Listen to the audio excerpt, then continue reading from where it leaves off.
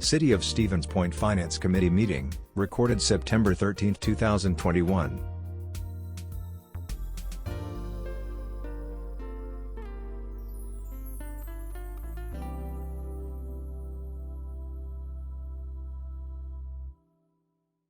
Everyone, welcome to the Fast and Furious Finance Committee of September 13th, 2021.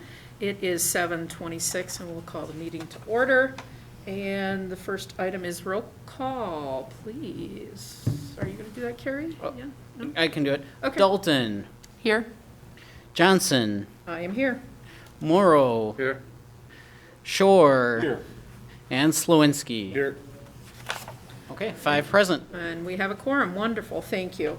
And our second item under the non-action items is presentation of the 2022 capital budget and capital improvement plan for 2023 through 2026. Go ahead. Is it not working again? Yeah, I think it might be because we're farther from the laptop now.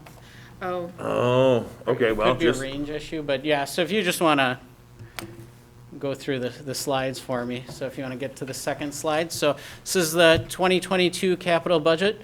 So first of all, where we are in the process, September Finance, this is just the initial presentation. It's a chance for the council to ask any initial questions or express any initial concerns. And then the actual formal action will come in October. So at both Finance Committee and the Common Council. So as far as the sources of funding for the capital budget, the number one source, like usual, is borrowing proceeds. That's just under $5.4 million. We're also proposing to use $1 million of fund balance, and that's really savings that the city has from past budgets. Typically, we are able to beat our budget a little bit every year as far as expenses that come under budget, sometimes revenues that come in higher than expected.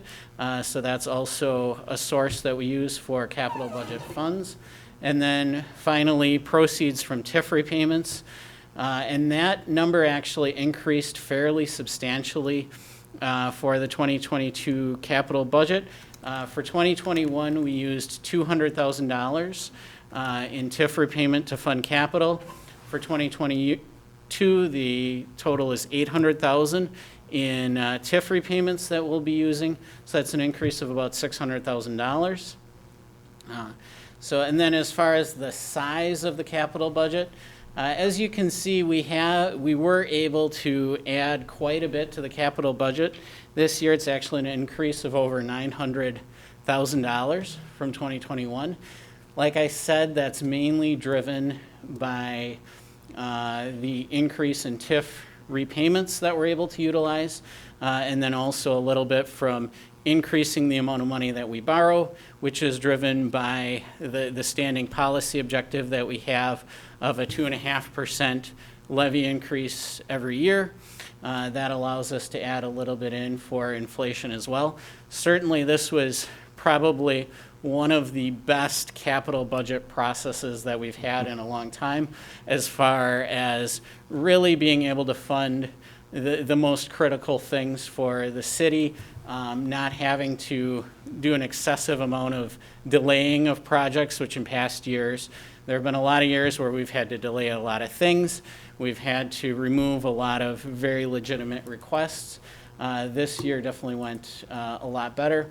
And then also, as you can see, I did chart out sort of the initial requests and then what was updated. So we did have an initial request of $8.9 million, and what we're coming with you today is a $7,185,000 capital budget. So, and then also I usually like to graph this out as far as requested versus recommended. So even though 2022 is a very good year, you can see there's definitely a lot on the docket for 2023 and 2024. Sometimes those requests will come down once you get a little bit closer. But right now, those years do look to be quite overloaded, and there are a lot of things in there, some of which have been on the capital plan for a long time that are higher ticket items that are important to do. So that's just something to note, that I think next year's capital budget will not be as easy as this one, for sure. So, okay. Also, did want to note a format change on the capital sheet that I included in your packet.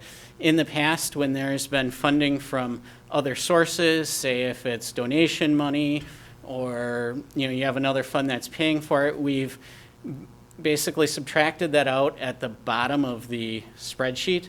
And this year, especially because we had a lot of items where at least part of the sources were other funds, we changed the format a little bit to add a second column, which is funded by other sources, so that you can see it right with that project, what is coming out of the general capital budget and what is coming from other sources.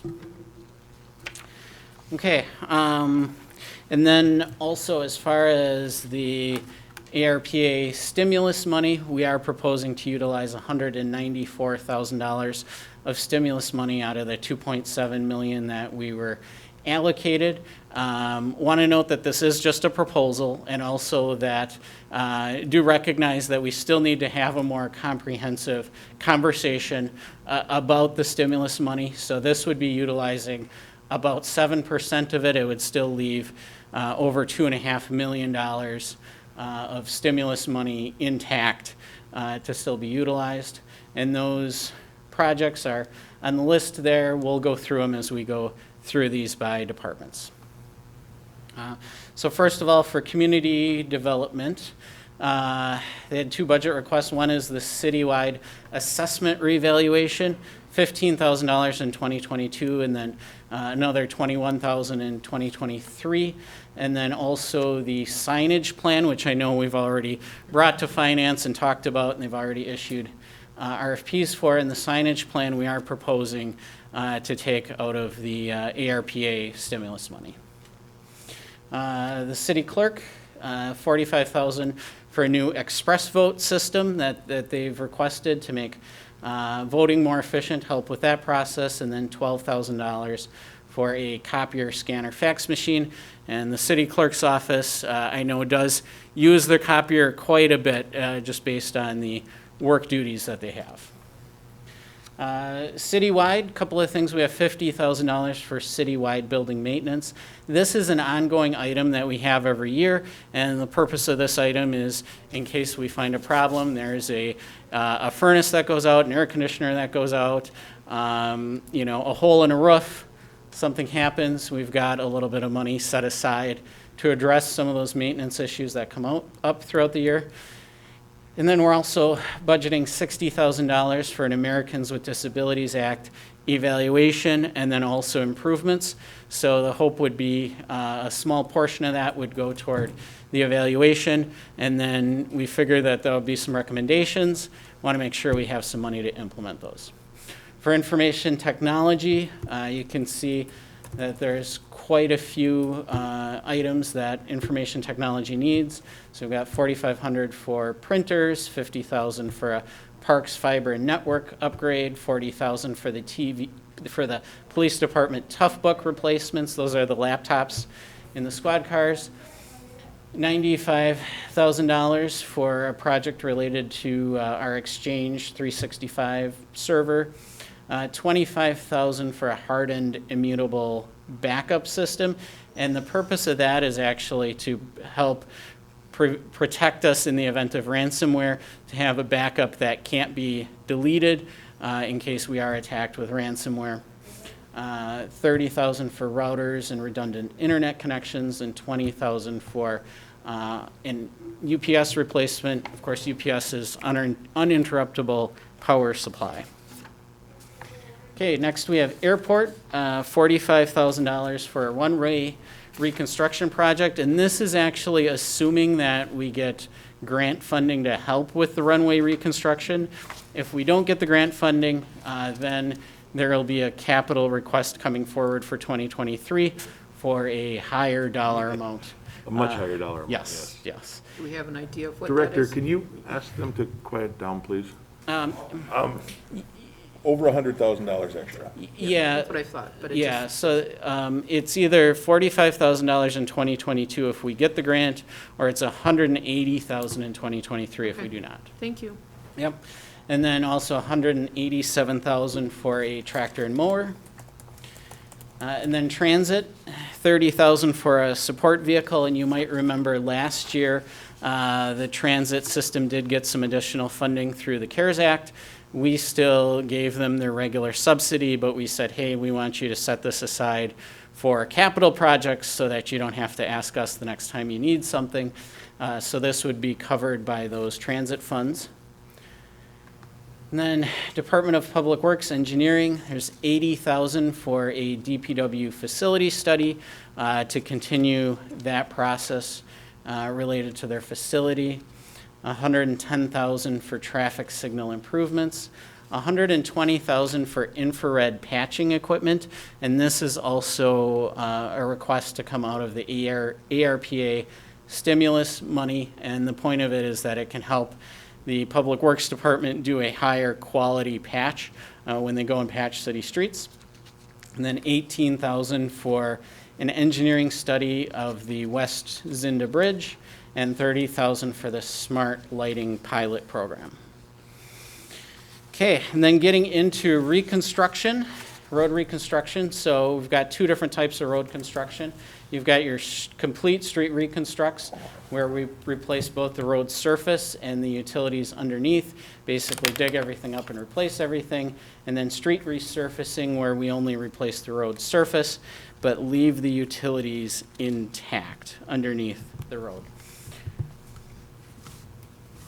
So, and for the street construction projects, $1.6 million for a complete reconstruction, again on the north side of Washington, Smith, and Portage. And that's just the city portion, doesn't include the utilities. The utilities cover their own expenses. And then also $1,150,000 for resurfacing of Janik Circle and Ridge Road. And then $750,000 for road surface improvements, which covers the annual chip sealing, and then also tends to cover the fall paving project, which I know you just approved, I think, last month. So total road projects, we're looking at $3.5 million.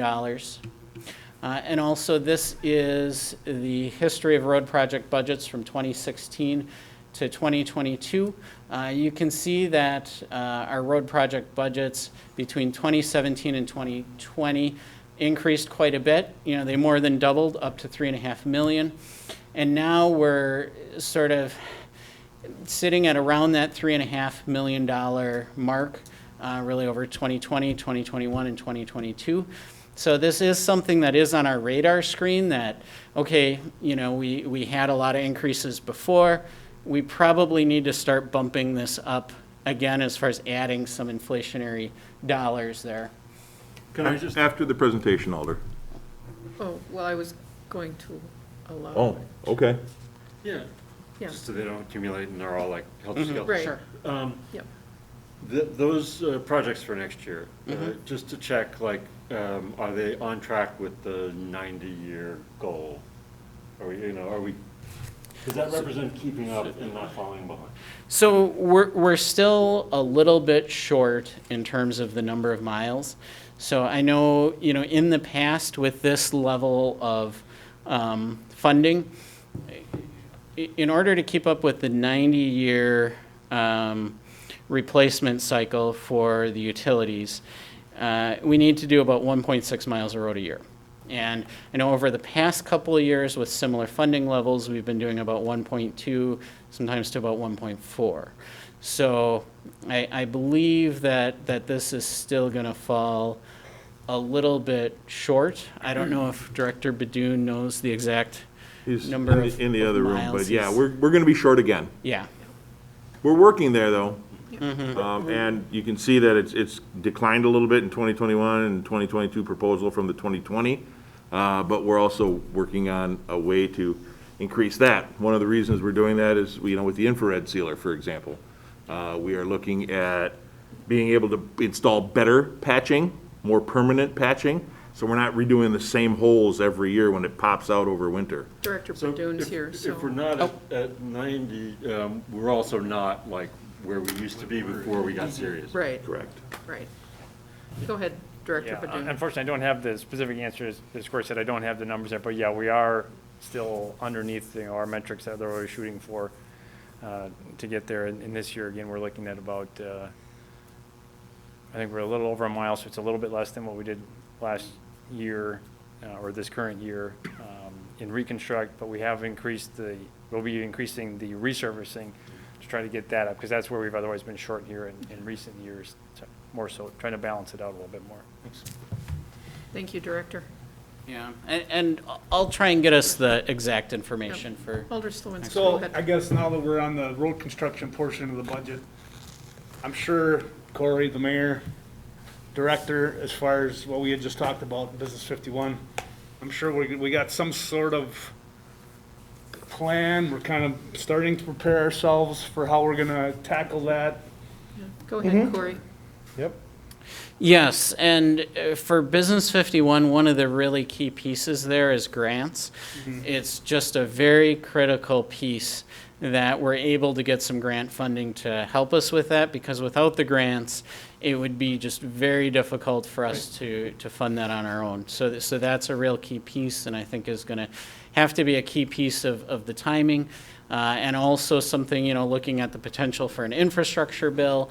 We have already reached out to some of our federal legislators as well to let them know what our needs are. But that is definitely a critical piece as far as to, make sure that we're able to get some help with funding that. Thank you. Good question, though. Thank you. Go ahead, Corey. Yep. Thanks for taking the questions. Sure, yeah, absolutely. So, okay. So fleet vehicles and equipment, so we have a fire ladder truck for $900,000. I know that's a big price tag, but typically we'll keep a fire truck for about 20 years, so we do get, our use out of them. Also a grader for $325,000, a loader for $230,000. We've got 6 pickup trucks for DPW for the streets department, $177,000. 2 mowers at Parks for $64,000. I know $30,000 for a mower sounds like a lot, but you got to remember that these are very large, commercial grade mowers. They're not the kind of mower that you would use to mow your backyard. And then also an equipment trailer for the fire department for $19,500. It's important to note, too, that the fire truck, we're getting a better deal because we're proposing it in 2022. If we were going to buy it in 2023, the price would actually go up. And the equipment trailer for the fire department, that's where they store a lot of their confined space gear and things like that. It's literally rotting off of its frame. But they managed to sharpen their pencils, and that one came in under the anticipated cost as well. Go ahead. Are those items listed under fleet because they often get utilized across departments as opposed to being allocated within a specific department? It's just, you usually have a slide that's like fire requests, so these things have cross departments, or we're just calling it fleet? Fleet are going to be your vehicles. Yeah, and so it also kind of goes to our process as well that, so for fleet vehicles, we do have, actually one of the superintendents at DPW is basically serves the function of fleet manager. So, and then actually he maintains the master replacement schedule of when everything that needs to be replaced. And then he is also the person who will rank and prioritize the fleet requests. So, and especially since he also supervises the mechanics, we rely on him quite a bit to say, okay, this machine, you absolutely need to replace this. We are, spending a ton of money fixing it. He might say, this machine, okay, you guys got a tight budget. Again, you could maybe delay this one, but for sure you can't delay this one. So we actually let the fleet manager more or less run the process in terms of how equipment is prioritized. Yeah, so that's part of the reason why, it's in its own section, because it's prioritized all together in the fleet function to be able to say, okay, these are our worst vehicles, this is our worst equipment. Thanks, and again, typically as chair, wouldn't do a lot of commenting, but when I saw the mowers, I think I remember former Alder Phillips always questioned mowers and the cost of mowers, so I saw it and immediately thought of Mike Phillips. So in honor of you, Mike, I'm thinking of mowers, so. Yeah, these aren't your yard machine No, Bose they are things. not. Big Yeah. bat wing Yeah. style industrial mowers. Go ahead, Corey, thank Yep. you. Okay, for the fire department, we're budgeting $125,000 for the training site. Certainly want to continue to see the progress there. That's a very exciting project, and nice to see the other partners that are involved with that project as well. $60,000 for computer-aided dispatch software, and this is a joint project with Portage County. $24,000 for turnout gear, that's the protective gear that the firefighters wear.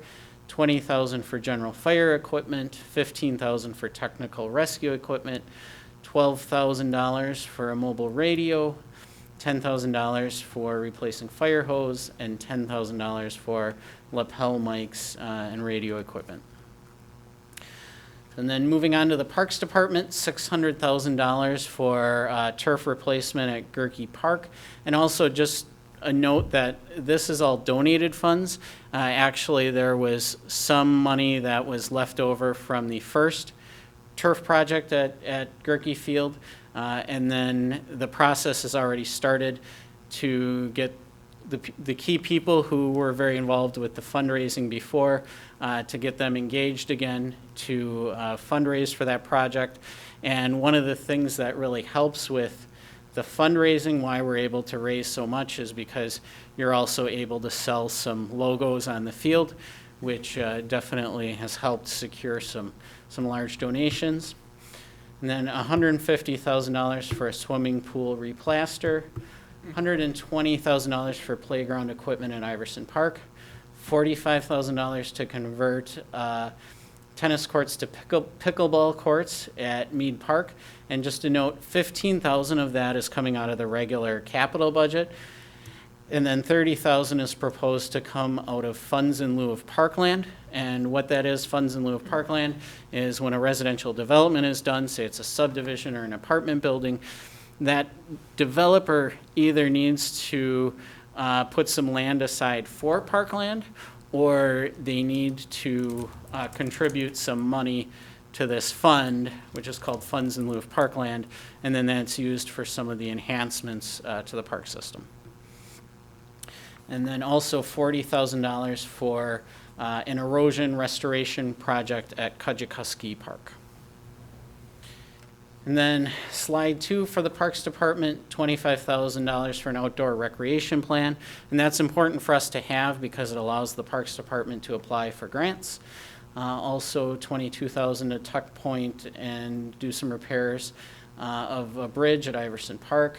$20,000 for initial engineering and design for Grhalski Park. And of course, that's our new park that you might remember that was donated land. $20,000 for a shed at the Forest Cemetery to replace the roof, siding, and windows. And then $14,000 for a dehumidifier wheel at the Willett Arena. This one is also proposed to come out of the ARPA stimulus money. And one of the reasons is because the Willett did have quite a bit of revenue reduction from the COVID pandemic. So it made sense that they should benefit from some of the money that's been, that we're able to utilize under the revenue reduction formula. Okay, the police department, $295,000 for a parking lot resurface. I think we've probably all seen the parking lot out here as we've had to drive here for meetings, so definitely it's in need of replacement. Don't want to ride through it on a bicycle. Yeah. Vehicle.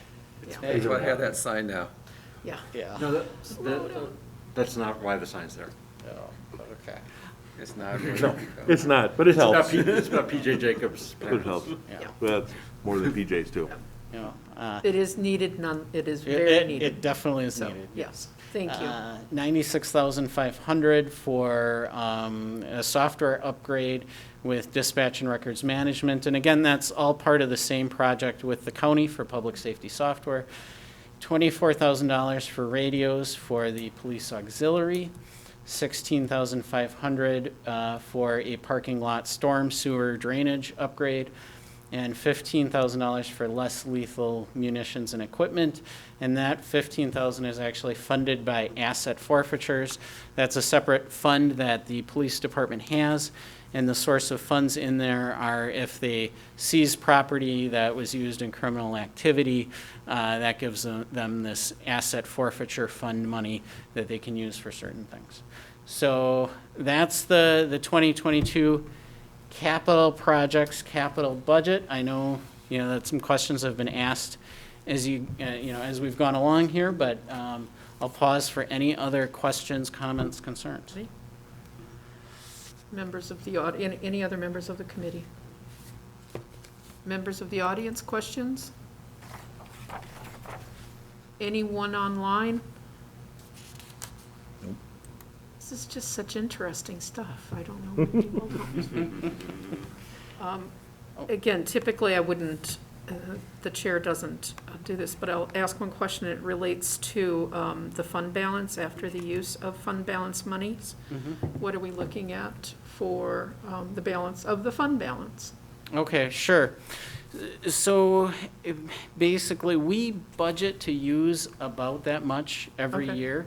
And the fund balance pretty much will still stay about the same. So even though we would technically be budgeting that, right now we're at 49% of the coming year's expenses as far as what we have set aside in fund balance, which is toward the high end of the range. I believe we're at about $12 million. So even though we would say, okay, well, so now we'd be bringing that down from 12 to 11, what I would actually expect, and what tends to happen almost every year, is rather than that coming down from 12 million to 11 million, typically we'll also beat, the budget this year. So then it'll typically stay relatively similar, where I Yeah, that makes sense. Budget, or projects that come in under budget and other efforts. Yeah, I just wanted to make sure that we were staying within that range, so thank you. yes, yep.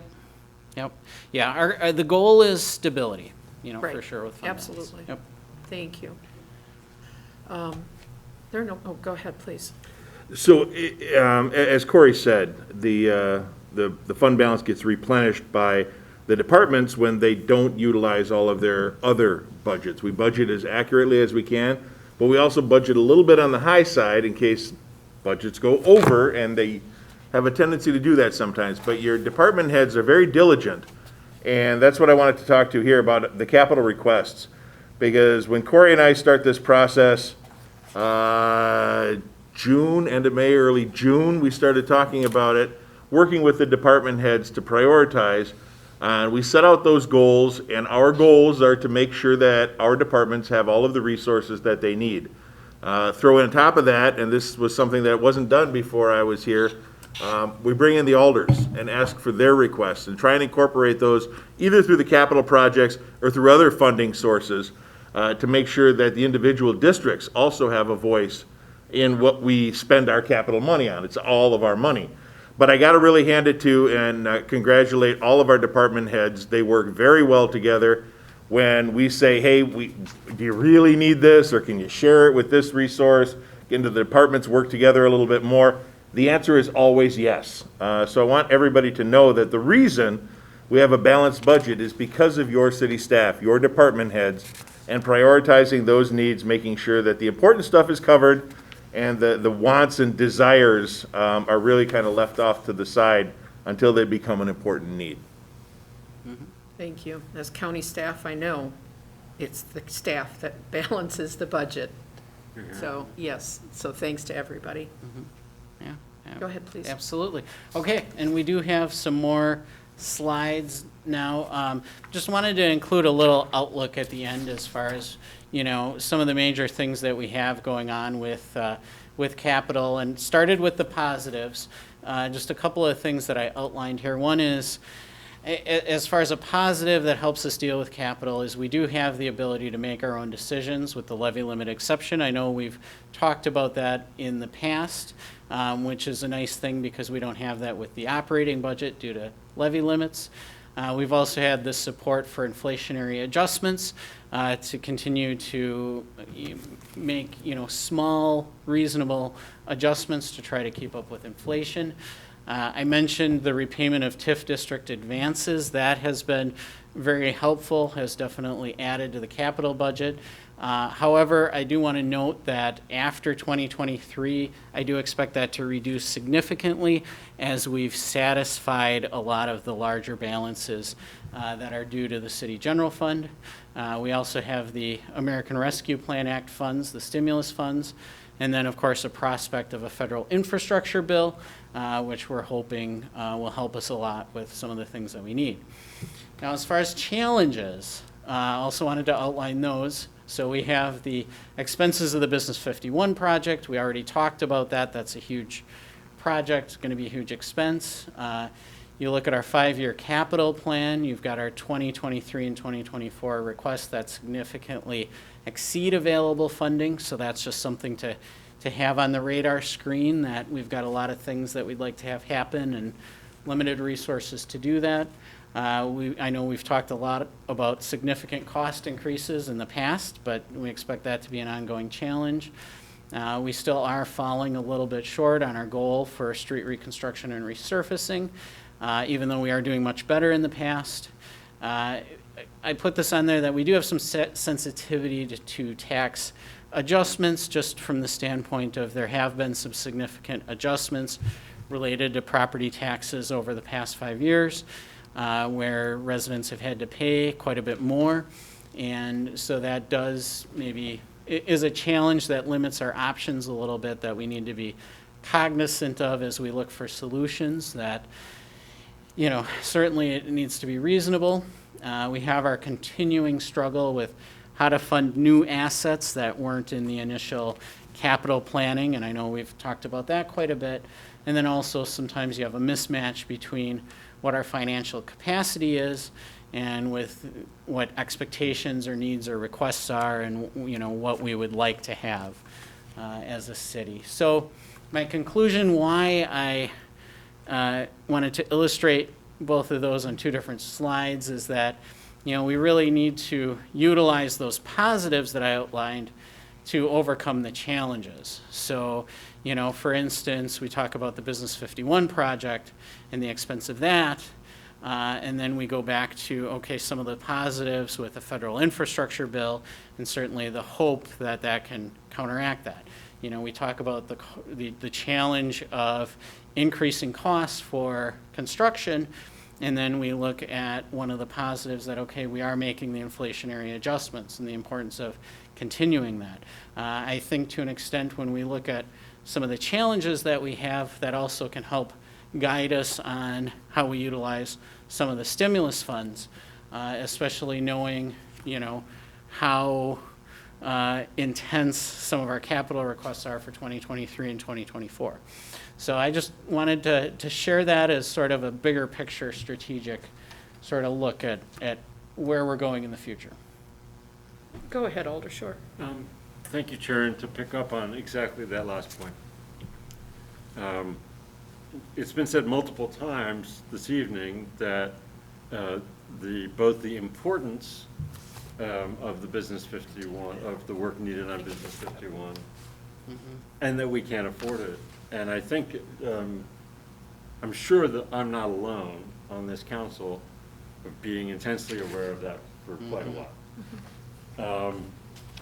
And a lot of that work of obtaining the grant support we need is technical, is detailed, and also, as we were saying before, we rely on Director Dune and the Public Works Department together with AECom to handle that. And in fact, as I understand it, a huge piece of the collaboration with AECom is to put us in the best position to get the grants.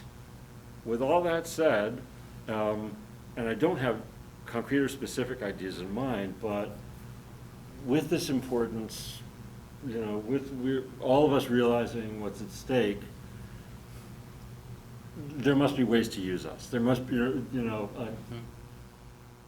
how can we help? Okay. It's kind of really what I wanted to say. I mean, just high stakes for everybody, importance, and again, and not to say here tonight what exactly that means, but there must be a way to kind of really rally to put ourselves in the strongest possible position to get those grants. We'll give you some phone numbers. Yeah. Well, I think it comes down to us having, good discussions about priorities and how we can support the goals individually and collectively. So that's what we do. So we can do it. I have every faith. Go ahead, continue. I think you've got Okay, a yep, few more so- slides. Well, we've got the next agenda item. Oh, the next agenda item, yeah. Yeah, which is also a presentation. Yeah. You have them all running together. I do. Well, this way I can just take care of it, all, In one fell swoop. Efficiency. yep, You did that just to confuse me, right? yep. Yes, I know you did. All right, the next agenda item is update on the 2022 operating budget, including information on workers' compensation, insurance fund, and outlook for total tax rate. Please go ahead. Okay, thanks. So getting into the workers' compensation fund, I know that I had mentioned last month that one of the solutions that we were looking at for the operating budget is to cut back on the workers' compensation insurance premium rates that we charge ourselves through our self-insured work comp fund. And there were some questions on that, wanted to make sure that we're not leaving that fund short, that we're being responsible and we're going to be able to pay our claims. So the first graph there is the balance in the workers' compensation fund from basically it would be year-end 2015 to year-end 2020. We started with the work comp self-insurance program in 2016. So, and as you can see, every year we have been able to add to that fund pretty consistently. And then actually, starting in 2020, for the 2020 budget, we also did cut back work comp rates as well. And it looks like we still have some room to cut them back a little bit more. And then going to the next slide, I just wanted to demonstrate, this is basically what I looked at to make this recommendation that we could cut the rates by 30%. Looked at, the last 6 years of expenses. The 2021 number is a projected number. And what you'll see is that more or less the expenses ranged from about $130,000 to about $290,000 a year as far as what's actually getting paid out of that fund. At current rates, we're putting about $400,000 a year into that fund.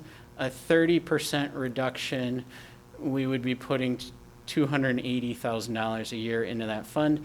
Now, of course, you might have a year that goes just a little bit over that, but then that's where you get to your fund balance that you have, and also just that, you want to make sure that you have adequate coverage of the average. You're always going to have good years and bad years, but you want to make sure that it's adequate over a long period of time. Is there such a thing as stop loss Yes. insurance on our workers' compensation? Yes. Okay. Yes. Then it would make sense to reduce. Yeah, and we do have stop loss insurance. The point at which stop loss kicks in is $500,000. Okay. So basically, for an individual claim, we're responsible for the first $500,000 of that. So which is pretty high, and that's also why we want to keep that balance of, $1.5 to $2 million to make sure that if we do have a very catastrophic claim, that we do have the resources still to cover that. Thank you. So as far as a summary, like I said, the Workers' Compensation Fund has always had pretty positive performance over the 6 years that it's been in operation. I mentioned we'd say it's the stop loss, or, the self-insured retention, which is kind of like our deductible, is the $500,000. And, based on the information that, at least that I'm looking at, it does look like that justifies a rate adjustment. One of the things that I do want to note is, so on its face, it might appear that, okay, so that's $120,000 as far as a general fund budget impact, but it's actually going to be less than that because employees are included in this that are not supported through the general fund, such as our utility employees. So, and I also will say, based on initial indications, and we're still somewhat early in the process, but I do believe that this is going to be a necessary thing that we do for the 2022 budget in order to, get through that process. Thank you. Okay, any questions, other questions on work comp? Members of the public, anybody online? Nope. All right. Property taxes. Oh, Okay, yeah, lastly, we'll get to taxes. So just one of the things that I wanted to make you aware of, so of course, we're planning a 2.5% increase again in the city portion of the tax rate. That's a standing policy direction that we got from you, that you want us to keep any tax increases to no more than 2.5%, that's reasonable based on inflation. Looking beyond just the city, looking at the total tax rate, including the county and the school district and the tech college, the preliminary indications are pretty favorable.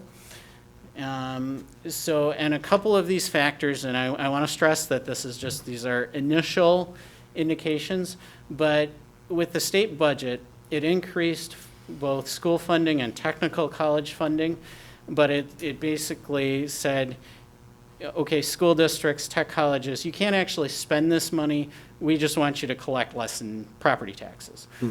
So basically buying down the tax rate. So, of course, some of the education advocates weren't entirely thrilled that they didn't really have more money to put into the classroom. However, it definitely does benefit the taxpayer.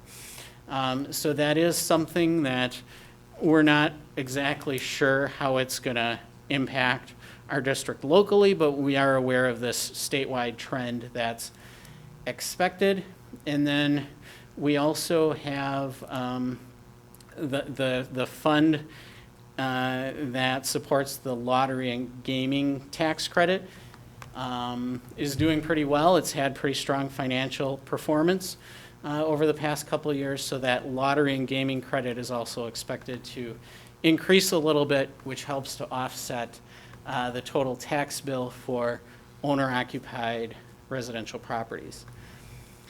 So, taking all of that into consideration, a little bit earlier this year, the Legislative Fiscal Bureau issued a report that projected that net property tax levy statewide would actually decrease slightly.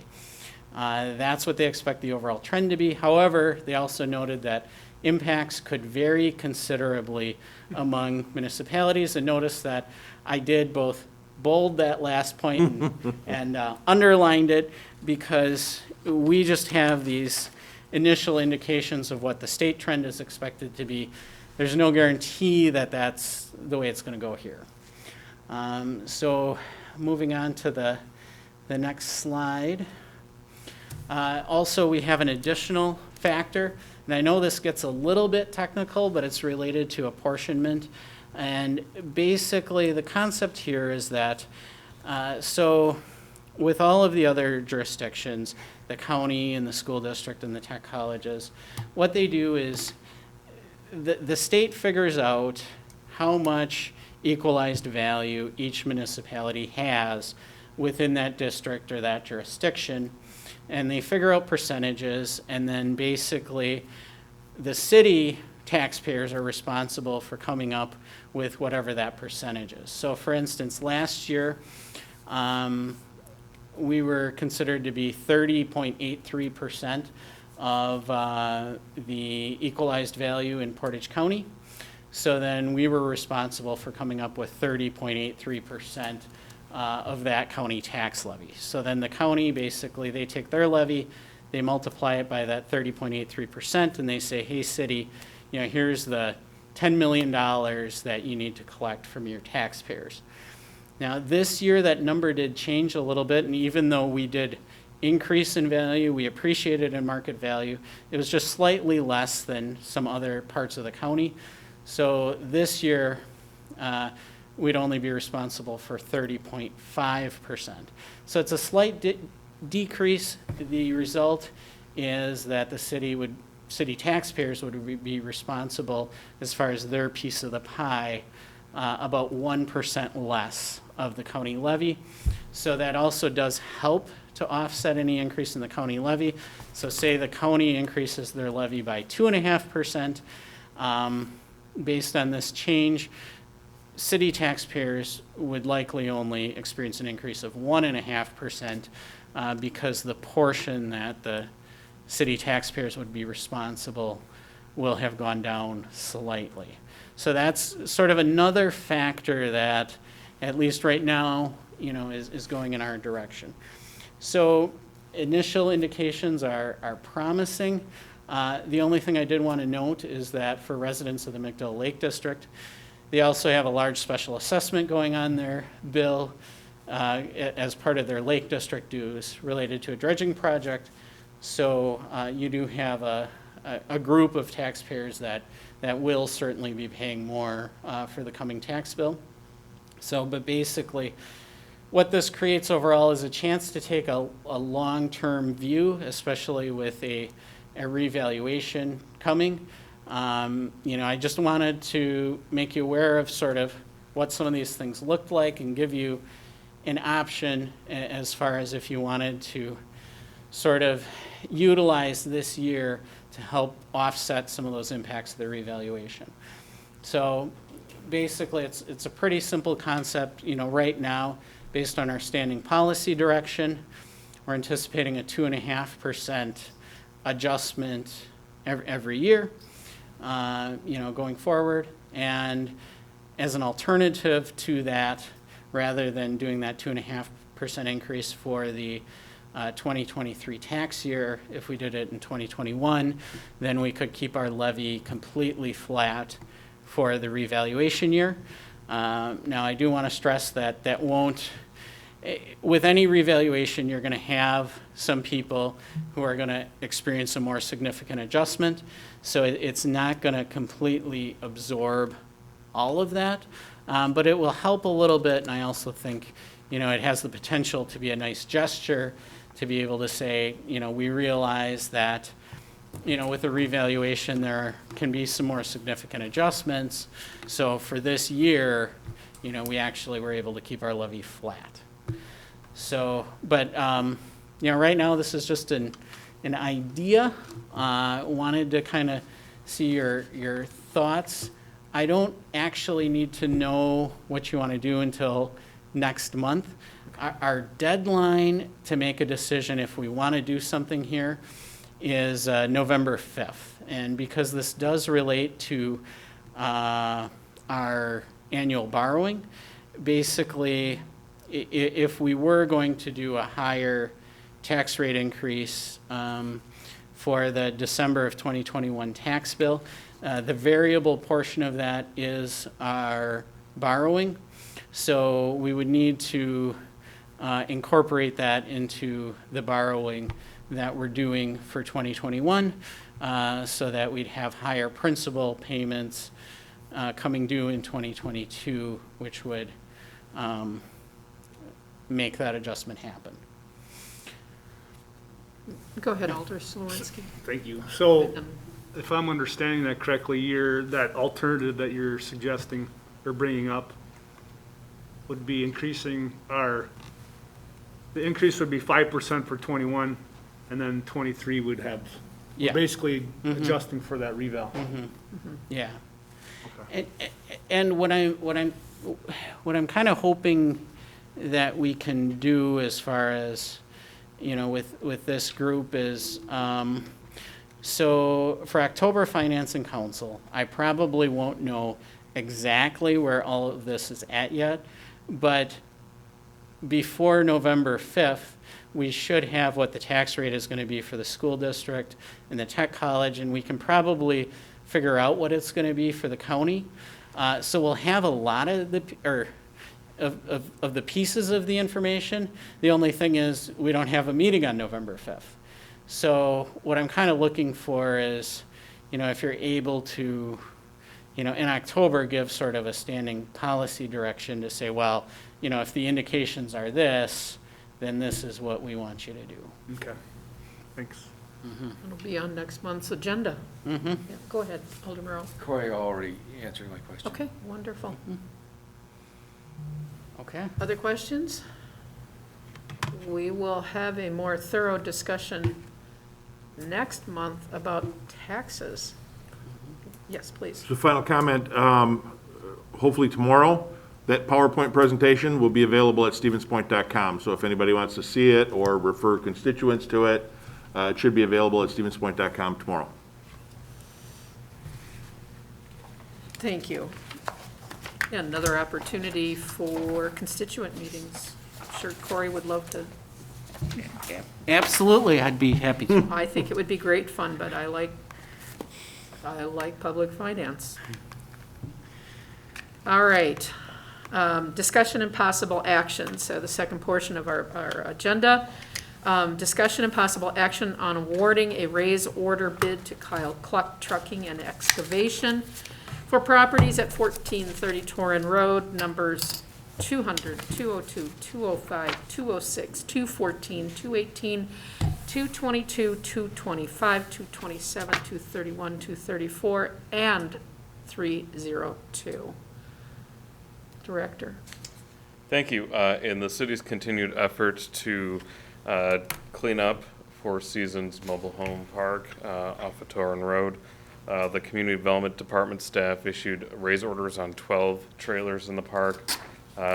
We provided Mr. Reeves 30 days from the August 10th date of serve, which is consistent with state statute. Recognizing that our historic communications with Mr. Reeves has never really gone anywhere, we also issued a request for bids. Just in the event that he was unable to address the raise order that the building inspection department issued, that we were ready to bring someone in to take care of the raise order. Otherwise, we would be in a situation where we're looking into November, December before we finally be able to get in there and remove the trailers that are subject to the raise order. So we had 5 companies bid on the request for bid. Kyle Cluck Trucking and Excavation came in lowest at $35,500. City staff's recommendation is to award the bid to Kyle Cluck.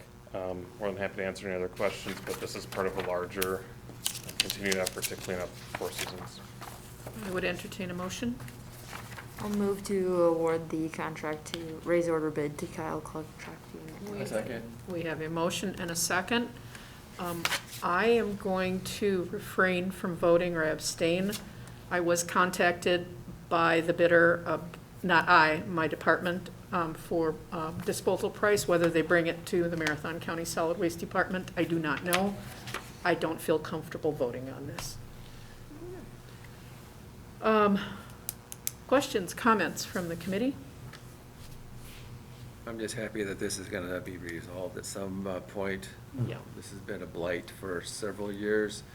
I know the owner has not been helpful in this in any way, over and over again, and the people who have been living out there have been living in deplorable conditions Yeah. for some time, and I'm glad that this is finally gonna be coming to a head. Thank you. Any other comments from the committee? Members of the public? Those online? Nothing. All right. All those in favor of the motion to award a raise order bid to Kyle Cluck Trucking, as it's detailed, please say aye. Aye. Anyone opposed would be no, and as I indicated, I will abstain for potential conflict of interest. Motion carries. Item 5, discussion and possible action on authorizing the Parks Department to apply for an urban forestry grant. Alder Shore. I move that we authorize the application for an urban forestry grant with the understanding of the city match portion. We have a motion. Is there a second? I'll second. And there is a second. Is there any discussion? Go ahead, Alder Shore. Just to speak to what I think is a significant piece of this, street trees are my new favorite thing. I already loved what they do for neighborhoods and the canopy. But then science came along and told us that with enough shade over paved surfaces, there's a cooling benefit. Now, this is different from the carbon sink. This is, climate change is already happening. Shade trees can actually help with the temperature. And if you can get 40, 50, even a little bit more % cover over paved surfaces of shade, you really realize a cooling benefit. My understanding is that part of, the city already has a citywide goal of having 40% of trees, but this relates more to specific places where, you know, you've got uncovered pavement or you're close enough to be able to, you know, get to that 40 or 50%.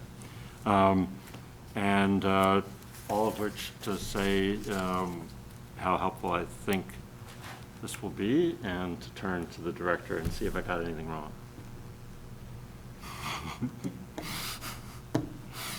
Other than they're just pretty. One other thing I'll just add is the inventory is very beneficial for us. While we maintain records and we keep them very detailed, we don't physically visit every tree in one given year. It's just impossible with several thousand trees. So the reason we schedule this every so often is the inventory and the consultant we work with, they physically visit every tree. So we get updated condition reports.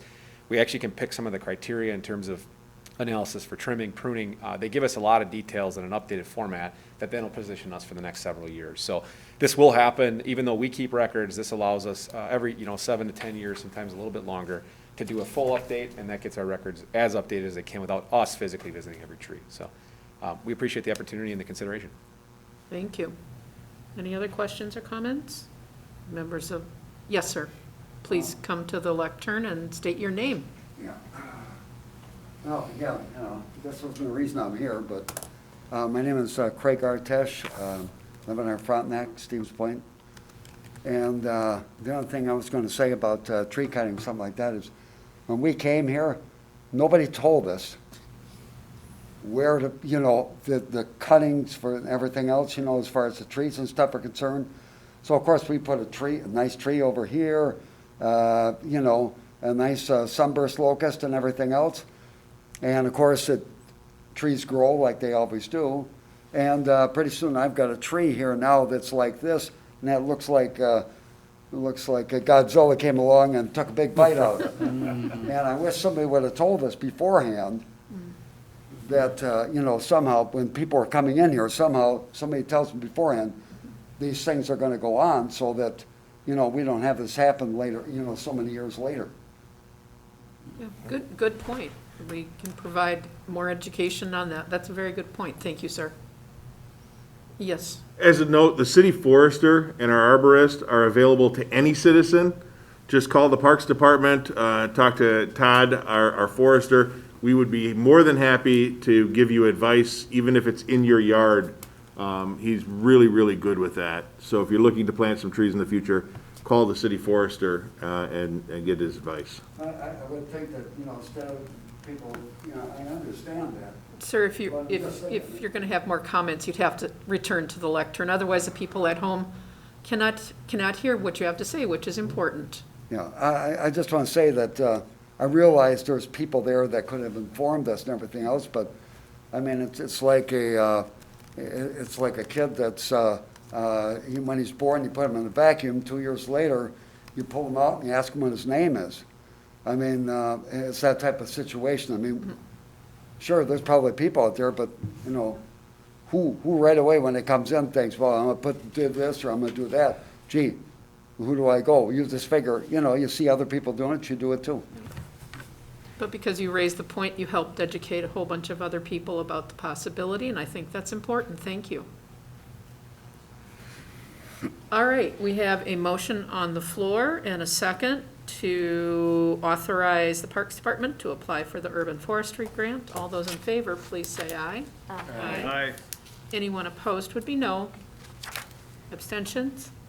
Motion carries. Item 6, discussion and possible action on borrowing for 2021 capital projects, development incentives, and stormwater projects. Go ahead, Corey. Sure. So this is the time of the year where we start thinking about our annual borrowing. So a couple of needs that we have. We do need to do the borrowing for the upfront incentive for the North Side Yard project. We also need to borrow for our 2021 capital projects. Typically, we'll fund our capital projects with cash and then reimburse ourselves with borrowing later in the year. And then also, as long as we're issuing new debt, we do have some debt that becomes callable, which means we can pay it off early, related to TIF District Number 9. And the interest rate on that debt is 3.12%, which actually is significantly higher. When we borrowed this money in 2018, that was actually, you know, a reasonable rate, but it certainly isn't anymore. So would like to take advantage of this opportunity since we're doing borrowing anyway, and since we can certainly get a better interest rate to refinance that and save the city some money. And then we are also looking at borrowing $3 million for stormwater projects, which would be both 2021 and 2022 stormwater projects. And that borrowing will be a separate bond, and that will be what we call a revenue bond, which means that it is guaranteed by stormwater revenues, not by the, you know, full faith and credit of the city.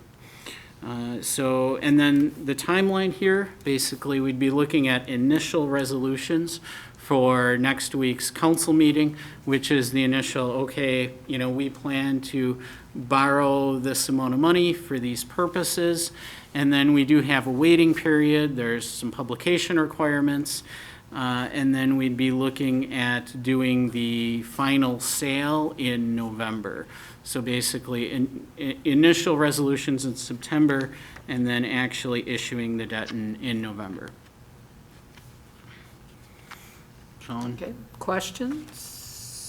Is there action at this point you want from us, or do we wait for the resolution on the issuing? You know, it's up to you. I mean, if the finance committee wants to make a recommendation to, you know, council that, Sure. you know, we're on board with the concept, you certainly can. If I were you, I would want that. Yep. Yep. So I guess I would entertain a motion from the floor regarding the concept presented by Corey. I would make a motion to approve the concept as presented by by Comptroller Laddick. Excellent. Is there a second? And Alder Shore is a second. Any discussion? Any discussion from members of the public who are still hanging in there? Those folks online, thank you so much for hanging in with us. All right, we have a motion on the floor and a second to have staff move forward with the concept as presented and outlined in our borrowing for 2021 capital projects, development incentives, and stormwater projects. All those in favor, please say aye. Aye. Aye. Anyone opposed would be no. Abstentions? Motion carries. All right, the next item is, hang on, I get it back to my agenda top here. Too many things. Discussion and possible action on adjusting the self-insured retention, the deductible, on the city's liability insurance premium for 2022. Go ahead, Corey, there was a memo in the packet? Yes, yep, so memo is included. Basically, right now for liability claims, the city is responsible for the first $25,000 of the claim, and then our insurance policy kicks in for anything above that. And also, when we went to this higher deductible policy, we took the savings and put it into a reserve fund for liability and property claims, and we've had good performance. We've had some liability claims, but they've been, fairly minimal. So right now, we have a balance of about $350,000 in that fund that can cover, those deductibles for claims. So our insurance company did give us a couple of options if we wanted to increase that deductible amount to either $37,500 or $50,000. And then the savings is included in the memo. Basically, you'd be looking at saving about $5,000 a year with the $37,500 option, or about $9,000 with the $50,000 option. So one of the things that I think helps to make this decision is to look at, in the past, what have we had for claims and sort of what do we expect to happen in the future. What I can tell you is the last 5.5 years that we've been with Cities and Villages Mutual Insurance Company, we've not had a single liability claim exceed $25,000. I also did look a little bit more into the past. So, and over the last 10 years, we've only had one claim that has gone over that $25,000 threshold. So based on that 10-year performance, and if you look at, let's say, the $50,000 option, saving, a little bit over $9,000 a year, over 10 years, that's $90-some thousand. And if we think we're only going to, exceed the $25,000 once or twice or maybe 3 times, it would be a financially beneficial decision to make.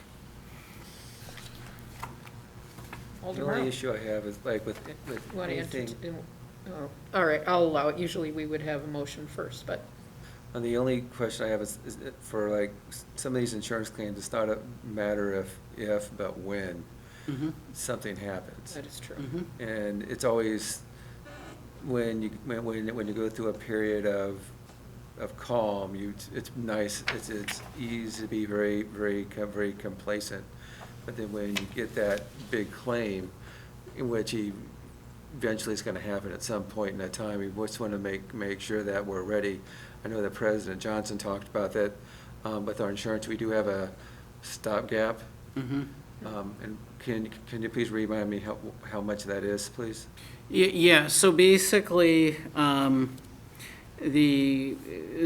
in this case, the stop loss, or kind of what I've referred to in this case as the self-insured retention, is currently the $25,000, and then there's another sort of limit, which is 4 times the deductible amount for the total amount that you can pay out in liability claims in a year. So right now, the way it works is we're responsible for the first $25,000 for each claim, but we can't be responsible for more than a total of $100,000. So say we have 5 claims for $25,000.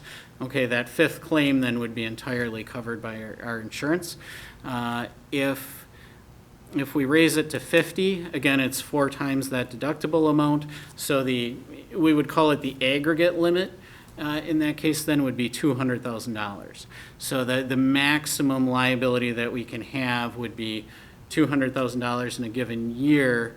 But what you would need to have happen is you would need 4 different incidents that were all over $50,000. But you couldn't have one that was like 200,000? Well, okay, so if we have one $200,000 claim, Right now, we're responsible for the first 25,000, so, and then the insurance company would pay the other 175,000. And so if we would raise it, what would happen is, let's say we raise it to 50, well, then we're responsible for the first 50,000, and then the insurance company would come in and pay for the remaining $150,000 of that claim. So we have a recommendation from the comptroller treasurer to increase the self-insured retention liability policy to $50,000. And I'll second that. okay, that was easy. Any other questions at this point? It was, I shared some of your concerns, Alder Morrow, but I think, I feel confident we're headed in the right direction, so. Members of the public? Anybody online, if you're still awake? Okay, all right. We have a motion on the floor and a second to take the recommendation of the comptroller treasurer to increase our self-insured retention liability insurance policy limit from $25,000 to $50,000 a year, or per claim, I'm sorry, yeah. Yep.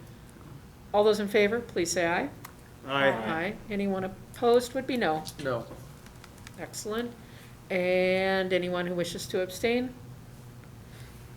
Very well. Motion carries. Let the record reflect the no vote, which I think is important. Thank you. Finally, or not finally, because we do have one item after that. It is our discussion and possible action on implementing the change in method of funding sidewalk repair and sidewalk continuation projects.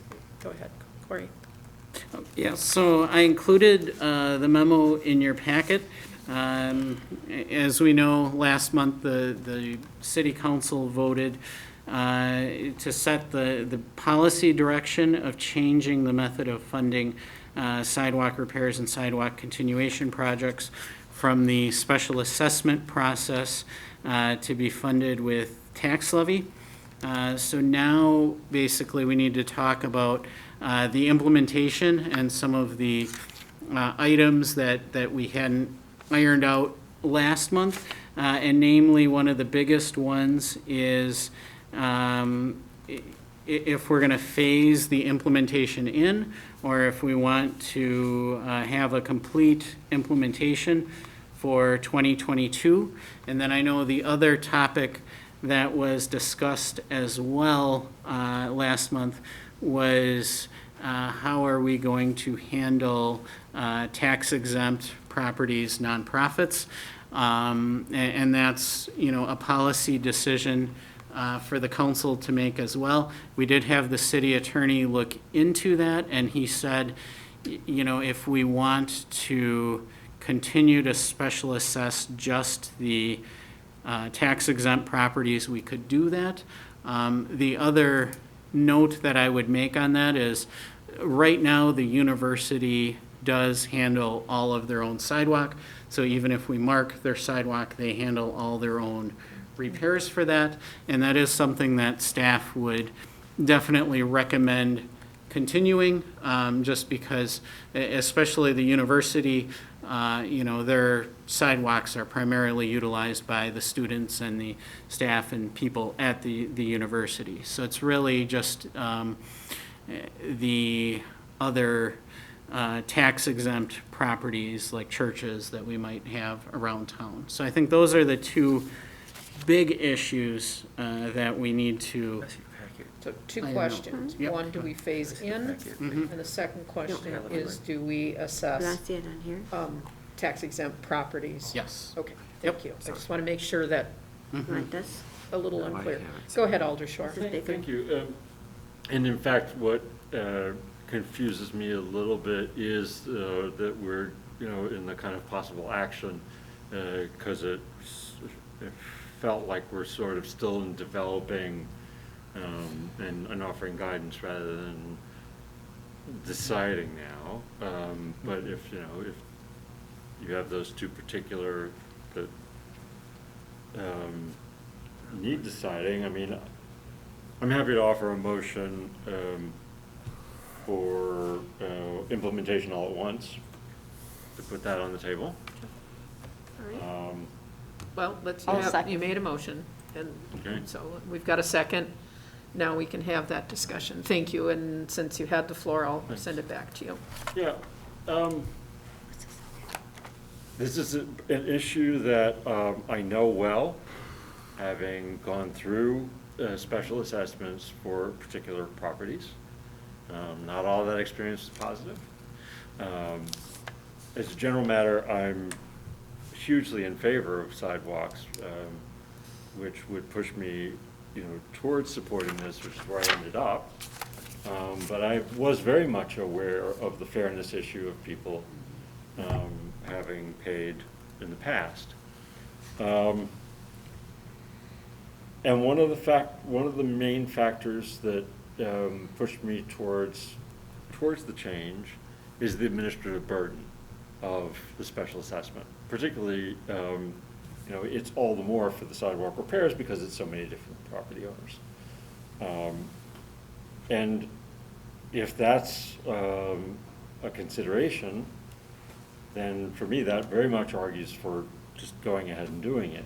And then in terms of my generally being in favor of sidewalks, I'm, the smallest bit disappointed that we're, taking another year of break. If it were up to me, I'd love to see us do, a year's worth. Other pieces that seem to be in there, although you're not asking for decision in the same way, the logic of specifying, how much of the levy is for people so that, that responsibility is taken. I understand that. On the creation of a special fund, I think we'd probably defer to your guidance and expertise on that. So, that's probably enough on that piece of it, and we can come back to the nonprofit. Other members of the committee, I'll go with Alder Dalton first. I'm supportive of the full implementation too. I think some of the unrealized or underappreciated benefits are the administration end of it and the communication in terms of when community members reach out, understanding what the policy change was rather than phasing it in. So I'm supportive of that. Thank you. Alder Murrow, I know when Corey talked about before, there was no direct amount that was going to be, that he didn't have an exact amount that was going to be added to the levy. And has there been a number? Yes. So basically, the number would be $90,000 in total. And that's roughly $45,000 for sidewalk repairs and $45,000 for the sidewalk continuation program. And then as far as the impact on the levy, it would be 5 cents. So 5 cents per thousand, or 0.5%, if you're looking on a percentage basis. Okay, so what we're looking at right now is for the levy to go up by 2.5 about, and then we'd add another 5 cents to that. Yeah, so when I said 2.5, it would be 2.5%. Okay. So basically, it would take it from 2.5% to 3%. Okay. Or roughly 25 cents to 30 cents. Yeah. Okay. Alder Slonski, did you have any questions or comments? Not at the moment. I guess, my thoughts are is to do it as a, don't phase it in, to do it as a. Sheridan, you said you didn't have a comment, and you did. Well, I don't have a lot, in my district, I don't have a lot of sidewalks, so I don't hear a lot, Right. regarding it. But like I had stated last month at the meeting, that I do believe that this should be something that's not special. Sure. Sir, I know you've been waiting a long time, and I want to welcome you back to the lectern and to speak. Yeah, again, I'm Craig Artesh, 1100 Frontenac, Stevens Point. And, if you were to go past my place, you would see that there's a brand-new 100 feet of sidewalk on the one side. We have a corner lot. And the thing is, and if you also look, you'll see on both sides of there, we have weeds, because when we put it in, then whatever they put in for the dirt or whatever, it didn't grow good. So I got weeds on both sides. We'd always taken care of our property. But the reason I'm here today is because my wife saw an article and showed it to me. I went and talked to the comptroller, and then I just tonight I tried to circumvent things because my wife is not feeling well. She has diabetes, and she has to have another operation. I'm sorry. But the thing is that I want to ask about the sidewalk. As far as new continuation is concerned, is that now there's going to be the cost of continuation is going to be spread out among all the taxpayers. I guess my one problem with that is that, of course, we paid over $2,200 to have our sidewalk put in. Plus, we also paid interest. Plus, because my bad back, unfortunately, when I was in the surf, my first tour, I got shot in the cap, and my back is bad. I got a 26 degree on there. And my wife, of course, has diabetes. She has bad feet. She's had a lot of operations on them, which, if you know anything about diabetes, that's where it eats at you. And so the thing is that here, and we've been, of course, so we've been paying somebody. Then we could no longer do our own. We could just do the 50 foot in the front, but now it's another 100. So we had to hire somebody, and so we've got that cost and everything else. So my feeling is this: is that if you're going to do this thing, as far as what you're talking about with that, I'm wondering what you're going to do as far as the people that have already paid. Got another people right behind us, a block behind us. They're in their 70s also. They paid for sidewalk. You've got a lot of people there that have paid for sidewalk already, and it almost seems that if you're going to do this, you're going to change it. I guess you'd call it like changing oars midstream or whatever. I think it would be fair to do. We didn't like it in the first place. I remember this gentleman right here, Mr. Slawinski, sorry to point, but Mr. Slawinski here, I remember seeing one of the meetings there where you said that you'd never want to have a sidewalk on your place, but you still voted for it. And I guess the thing is that my thought on this whole thing is maybe there is a place. Nobody walks by ours, but I know it's originally supposed to be for school, but now we have it. We paid for it. We're paying interest on it because we put it out, for a few years. And I'd like to know, what's going to go on with that. Thank you, sir. I don't have those answers for you now. It would not be part of our discussion for tonight. Oh, Yeah. I just thought it said discussion of possible action on implementing a change in method of funding sidewalk repairs and sidewalk continuation project. I guess if that's the change, I guess that's what I'm discussing. I appreciate your comments, and my best to your wife. I sincerely hope that she's feeling better. And I appreciate that you've spent so much time here this evening. I just want to check and see if there's any other comments, and then I'll get back to you, Alder Slawinski. Anyone else from the audience? Anyone still online? Wow, we picked up somebody. All right, go back to Alder Slawinski. Go ahead. In your memo here, Corey, it states that we already have expenses, or it's budgeted for a portion of the sidewalk that in the past, how we've been doing. How much is that? What is that budgeted? What's that amount?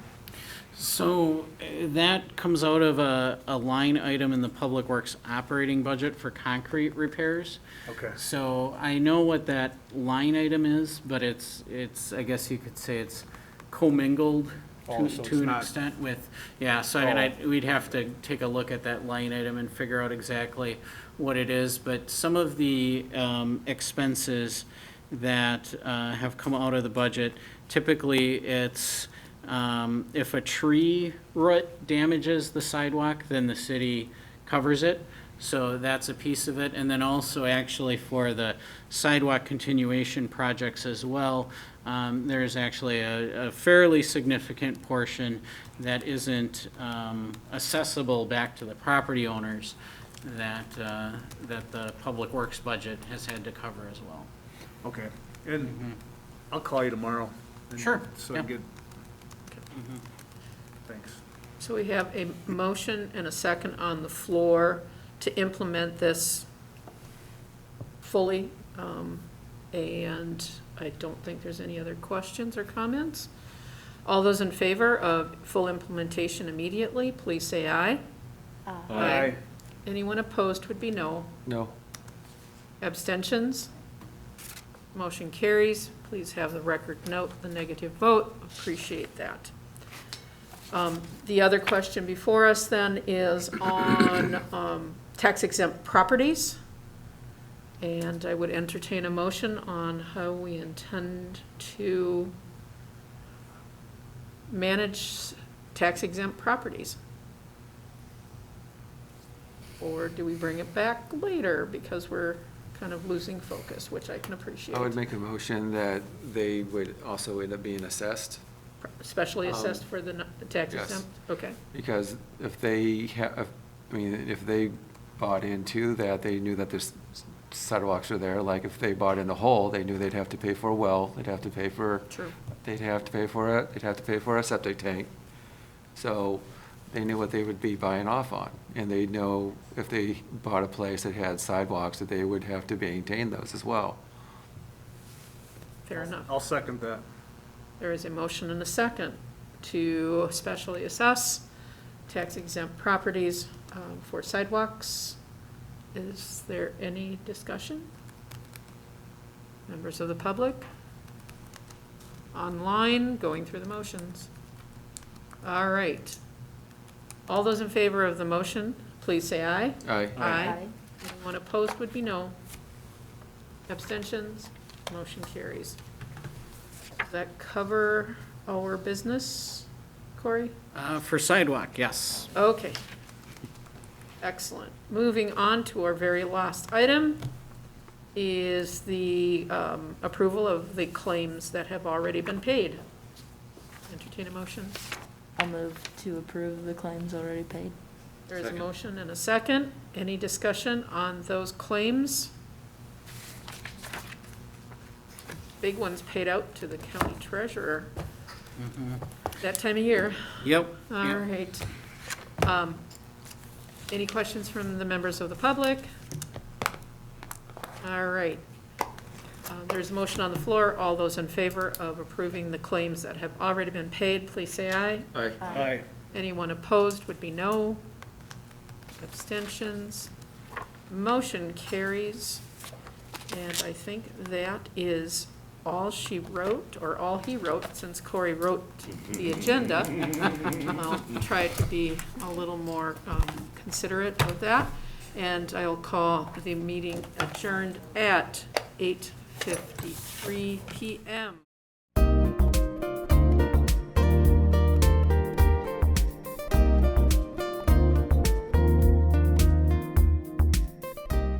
A video of this meeting is available for viewing on the city's website, stevenspoint.com/videos.